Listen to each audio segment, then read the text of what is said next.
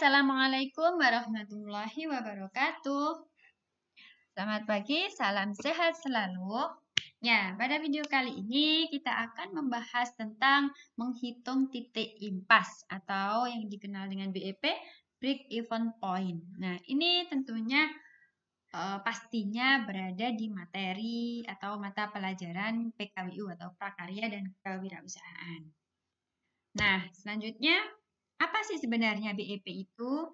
BEP atau Break Even Point itu adalah suatu keadaan di mana dalam suatu kegiatan usaha, seorang wirausahawan tidak mendapat untung maupun rugi atau yang dinamakan dengan impas. Jadi tidak untung, tidak rugi. Kembali modal gitu ya istilahnya. Nah, di mana ini penghasilan sama dengan total biaya atau TC sama dengan TR.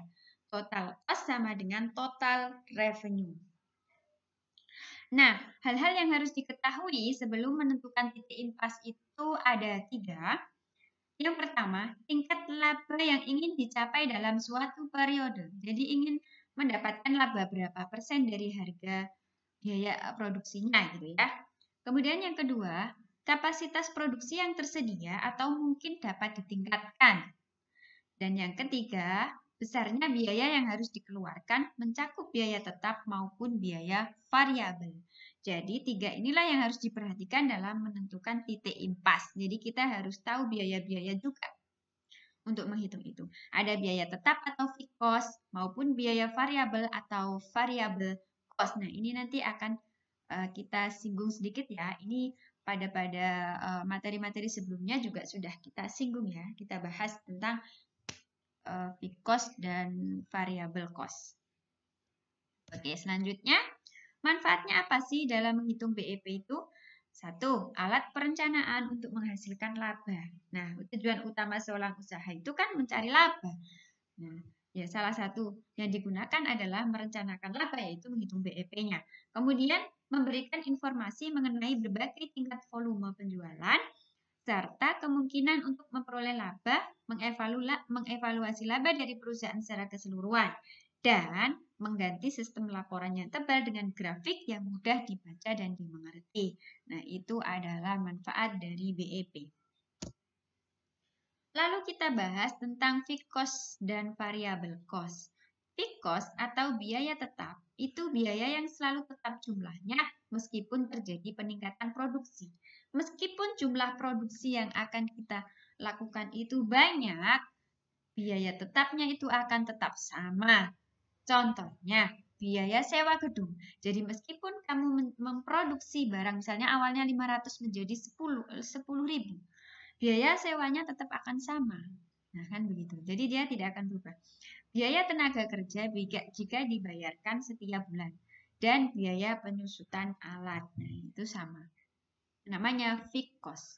Kemudian yang kedua adalah variable cost, itu biaya yang selalu berubah-ubah mengikuti perubahan produksi. Contohnya biaya bahan baku. Semakin banyak barang yang kita produksi, maka bahan baku yang digunakan pasti semakin banyak. Tidak mungkin kan tetap. Nah, gitu kan? Nah, kita mau produksi bakso gitu ya. Awalnya mau membuat 500 buah saja. Itu menghabiskan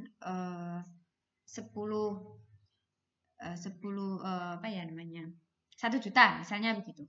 Tetapi ketika kita mau membuat 10.000 porsi, pasti tidak hanya 1 juta aja biaya bahan bakunya, pasti bisa mungkin 10 juta, bisa mungkin lebih yang lain kan gitu. Biaya listrik, semakin banyak kita memproduksi, maka membutuhkan biaya listrik semakin tinggi juga. Biaya upah, nah ini jika dihitung berdasarkan hasil produksinya. Nah, upah ya. Nah, seperti itu. Jadi, fixed cost itu tetap, kalau variable cost itu selalu berubah mengikuti perubahan produksinya. Lalu, strategi menetapkan harga jual itu berdasarkan biaya produksi. Itu ada 1, menentukan harga jual berdasarkan biaya produksi. Caranya hanya dengan menghitung berapa total biaya yang dikeluarkan, ditambahkan dengan margin keuntungan yang diinginkan. Nah, itu cara menentukan harga jual. Jadi total biayanya berapa, kemudian ditambah persentase keuntungan yang diinginkan. Maka itulah harga jual produk tersebut. Misalnya, Total biaya produksi per unitnya adalah 20.000. Keuntungan yang diinginkan 20%, maka ngitungnya adalah 20.000 ini ditambahkan 20%-nya dari 20.000. Jadi totalnya harga jualnya adalah Rp24.000. Nah, keuntungannya di sini berapa? Keuntungannya adalah 4.000 per porsi atau per unitnya. Nah, per porsinya biayanya berapa? 20.000 ditambah keuntungan. Jadinya adalah 24.000. Nilai 20.000 ini pasti sudah dikurangi dengan biaya-biaya yang mungkin akan dikeluarkan. Maka dari itu dalam penghitungan BEP tadi yang harus diperhatikan adalah salah satunya adalah biaya yang dikeluarkan. Oke ya, itu yang pertama. Kemudian yang kedua itu menentukan harga jual berdasarkan kompetisi. Cara ini biasanya digunakan pada orang yang baru memulai usaha. Cara ini dilakukan dengan membandingkan harga jual kompetitor sebelum memutuskan untuk menetapkan harga jual produksinya. Biasanya harga jual ini, produk baru itu lebih murah daripada harga produk sejenis yang sudah ada sebelumnya. Nah, tujuannya adalah untuk menarik konsumen tadi. Nah, ini yang dinamakan berdasarkan kompetisi. Kompetisi ini adalah menjual barang yang sejenis. Tetapi jika modalnya pas-pasan, disarankan untuk tidak menggunakan cara ini ya. Nanti akan bisa memungkinkan untuk rugi. Nah, seperti itu ya. Oke, itu yang kedua. Kemudian yang ketiga, menentukan harga jual berdasarkan tujuan khusus. Tujuan apa yang hendak dicapai dari harga jual tersebut? Apakah sekedar meningkatkan jumlah penjualan? Nah, tadi kan?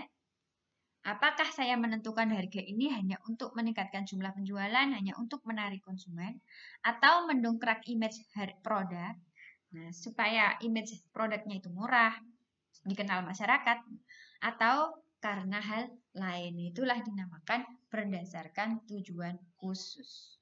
Itu ya. Nah, itulah beberapa cara untuk menentukan harga jual produk. Nah, siapa tahu nanti kalian menjadi seorang pengusaha ingin menentukan harga jual yang bisa menggunakan 3 cara ini ya. Oke.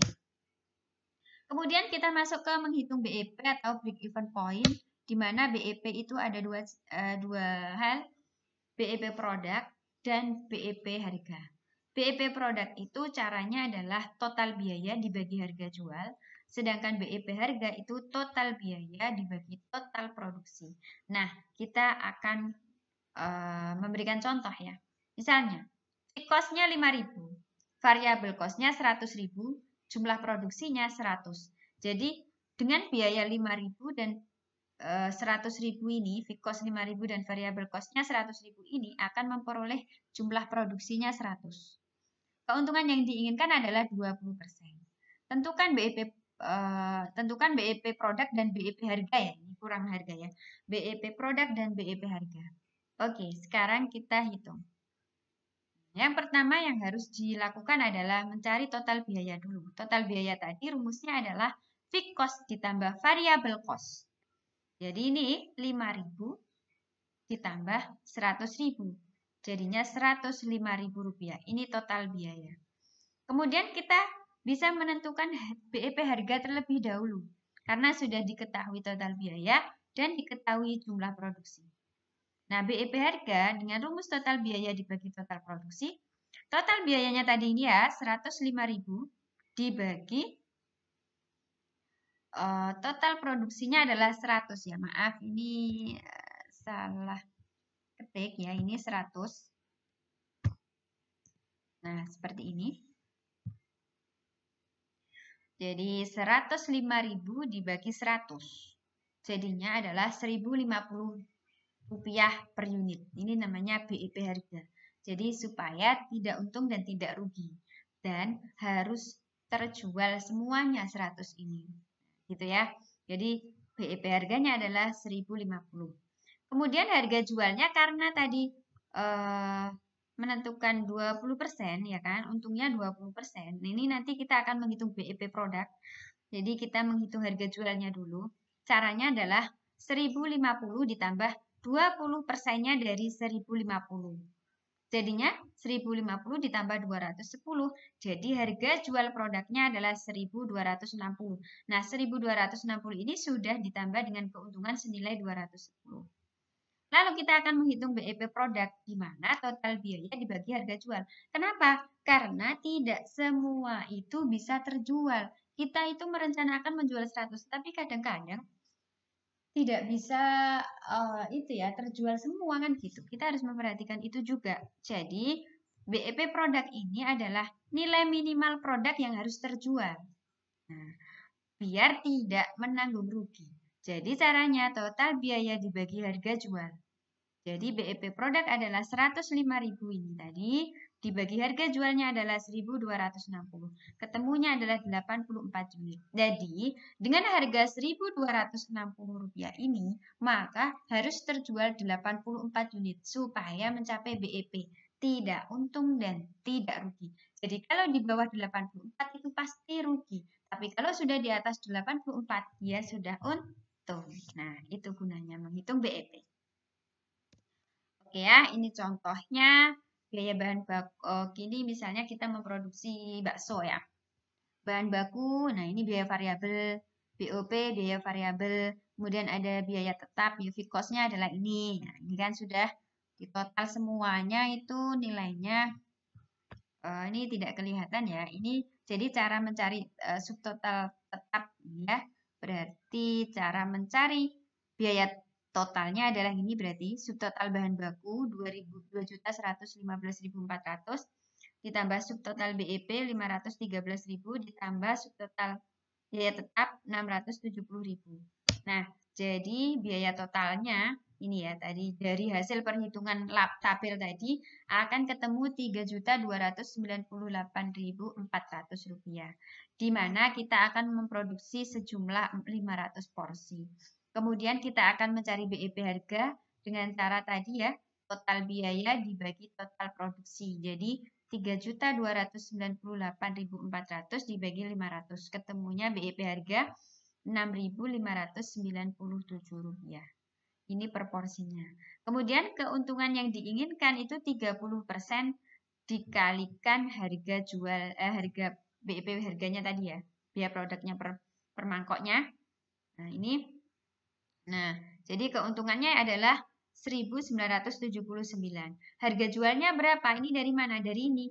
6.597 ditambah dengan 1.979, yaitu keuntungan yang diinginkan.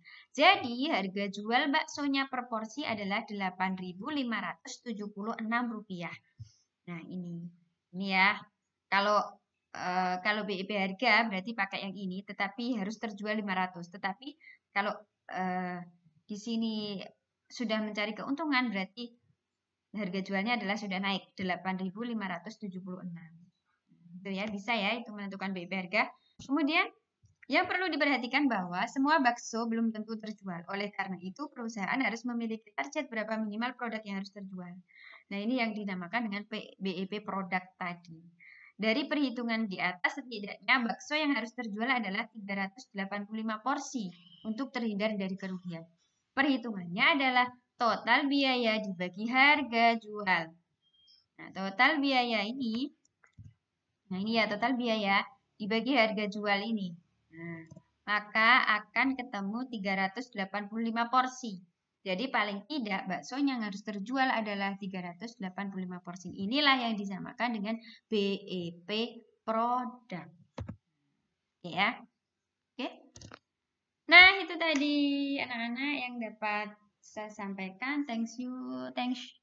Let's go to the next lesson. Semoga bermanfaat. Jangan lupa dipelajari dan dicatat hal-hal yang penting. Nah, terima kasih. Wassalamualaikum warahmatullahi wabarakatuh.